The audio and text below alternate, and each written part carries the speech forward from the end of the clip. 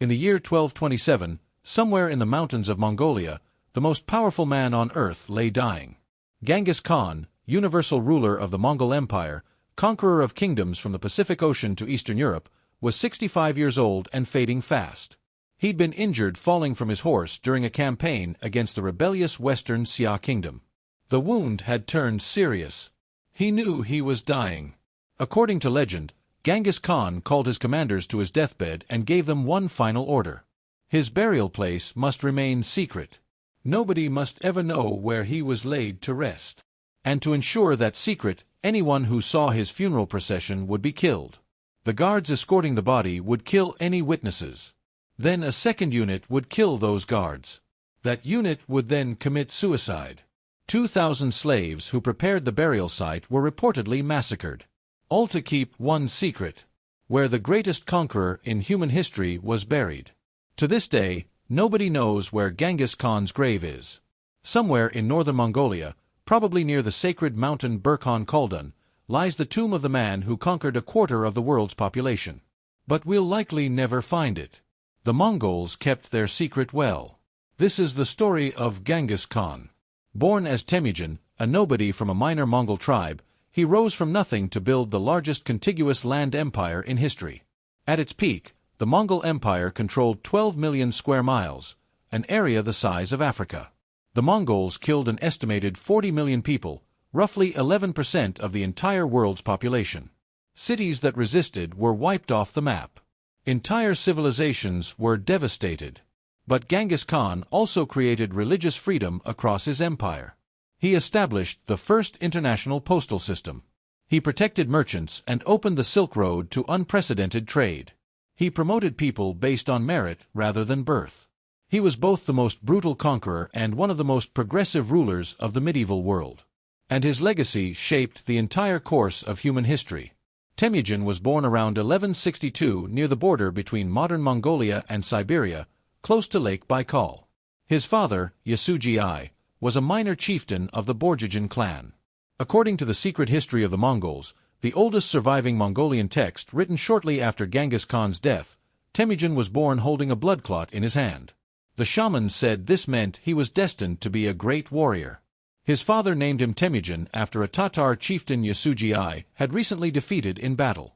It was a common Mongol practice to name children after enemies you'd killed. Life on the Mongolian steppe in the 1100s was brutal beyond imagination.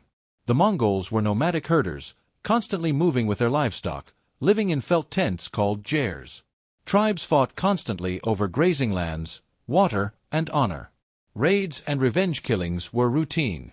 When Temujin was 9 years old, his father took him to meet the Okhanad tribe to arrange a marriage.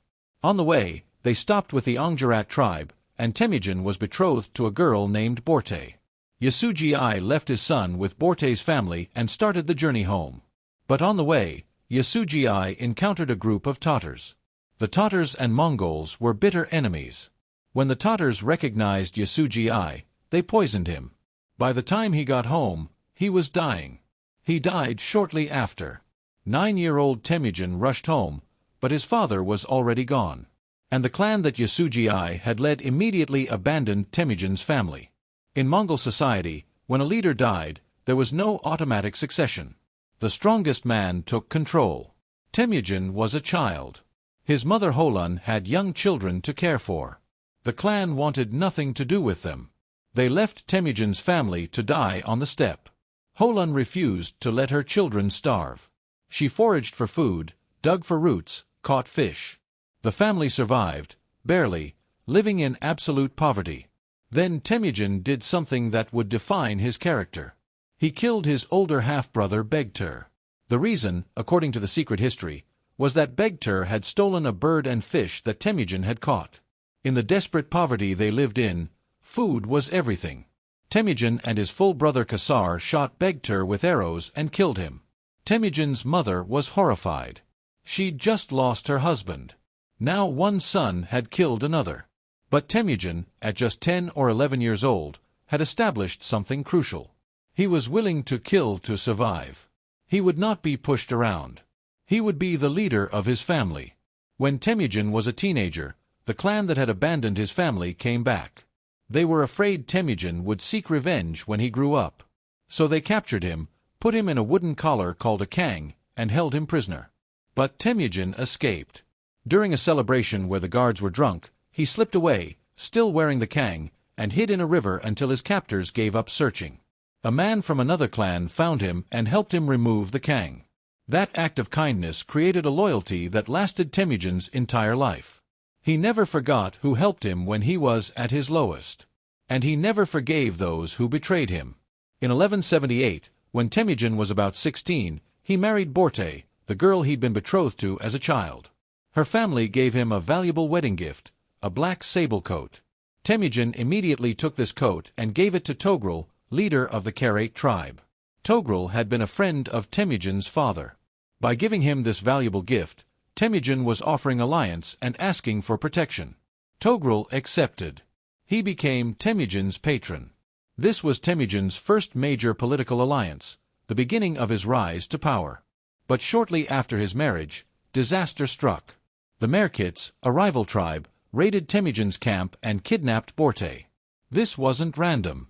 Temujin's father Yasuji had kidnapped Temujin's mother Holun from the Merkits years earlier. The Merkits were taking revenge, stealing Temujin's wife just as Yasuji had stolen one of theirs. Temujin could have accepted the loss and moved on. Instead, he organized a rescue. He called on Togrul and the Karaits for help. He also reached out to Jamuka, his childhood friend who led another Mongol group. Together, they assembled a force and attacked the Merkits. They defeated them and rescued Borte. This rescue established Temujin's reputation. He was a man who didn't accept defeat. A man who would fight to get back what was his. A man who inspired loyalty and could organize effective military action. Warriors began to join him. His following grew. For the next several years, Temujin worked to unite the Mongol tribes under his leadership. This was extraordinarily difficult. The Mongols had no tradition of unity.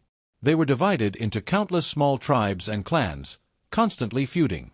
The idea of a single Mongol nation didn't exist. Temujin had to create it. He used a combination of military force, political alliances, and revolutionary social policies. When he defeated enemy tribes, he didn't kill all the men and enslave the survivors, which was traditional.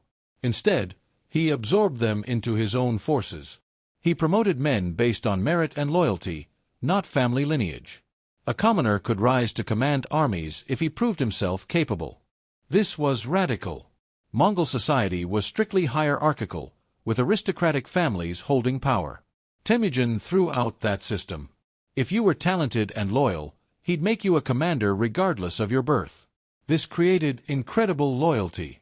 Men who would have been nobodies under the old system became powerful under Temujin. But his rise wasn't smooth. His childhood friend Jamuka eventually turned against him. The two fought a war for control of the Mongol tribes.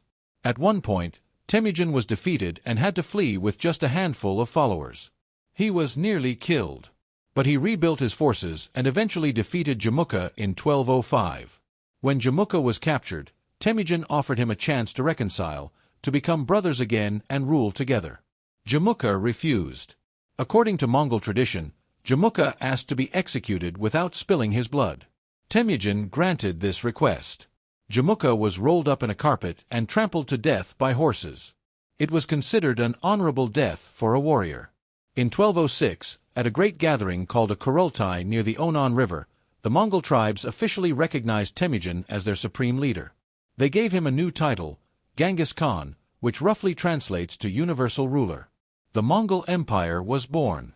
Genghis Khan now ruled about 1 million people across the Mongolian steppe. But that wasn't enough. The steppe was poor. Mongolia had limited resources. To sustain his growing empire and keep his warriors loyal, Genghis Khan needed wealth. That wealth existed in the settled civilizations surrounding Mongolia. China to the east and south. The Islamic kingdoms to the west. Rich cities filled with gold, silk, craftsmen, and goods. Genghis Khan would take it all. In 1209, Genghis Khan launched his first major campaign against a foreign kingdom. His target was the Western Xia dynasty in northwestern China. The Tanguts who ruled Western Xia controlled crucial trade routes and had wealth. The Mongols besieged the capital city Yinchuan.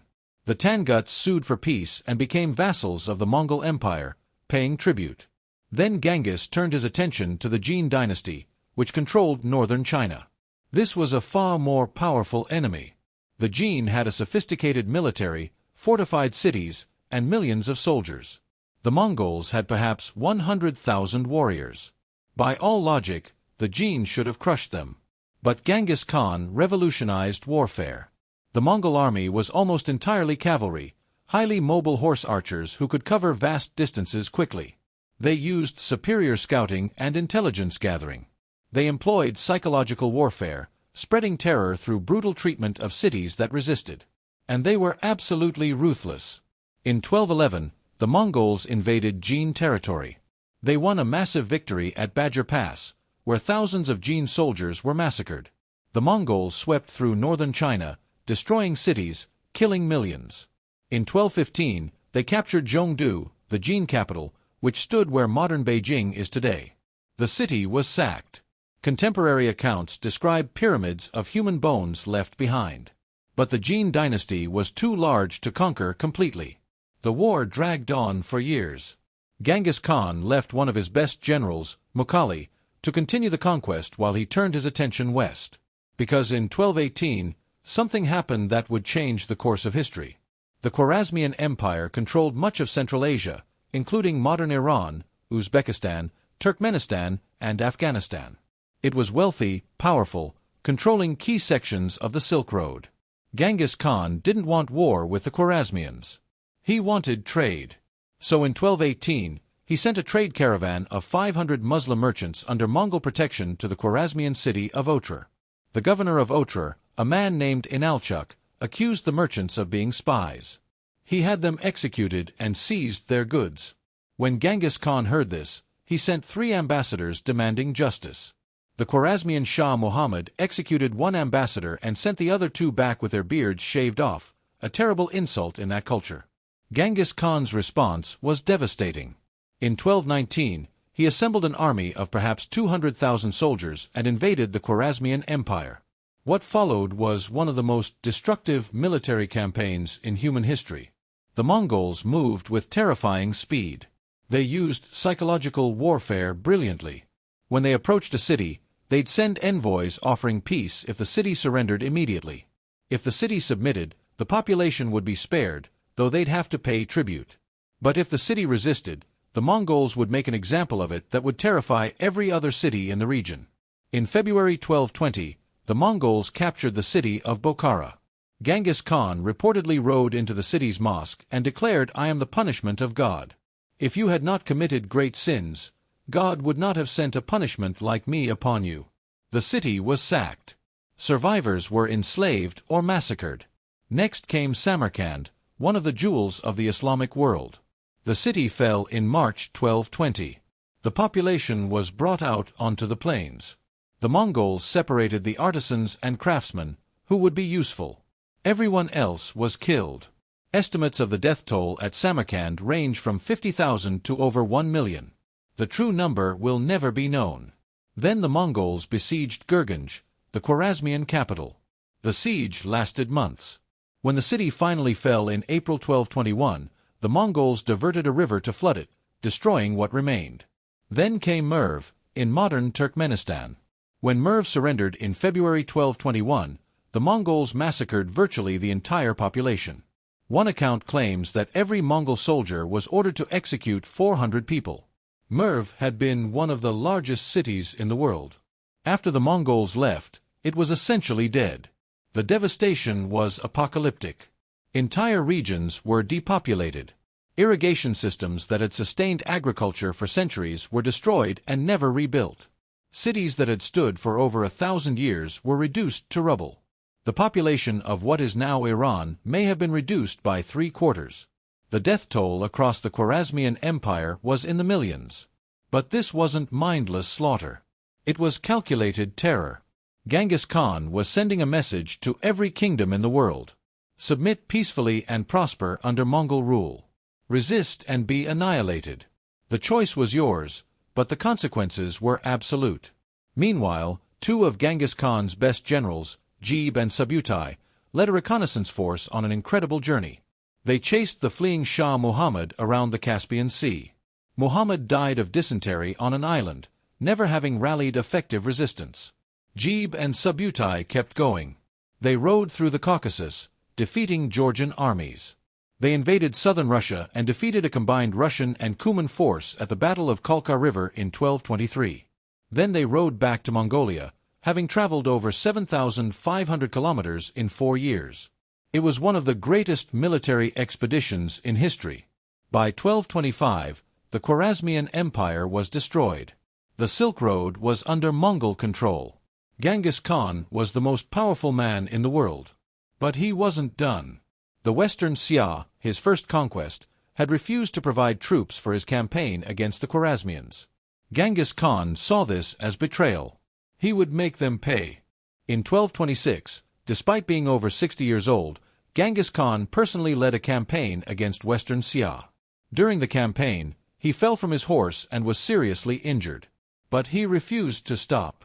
The Mongols besieged the Xia capital.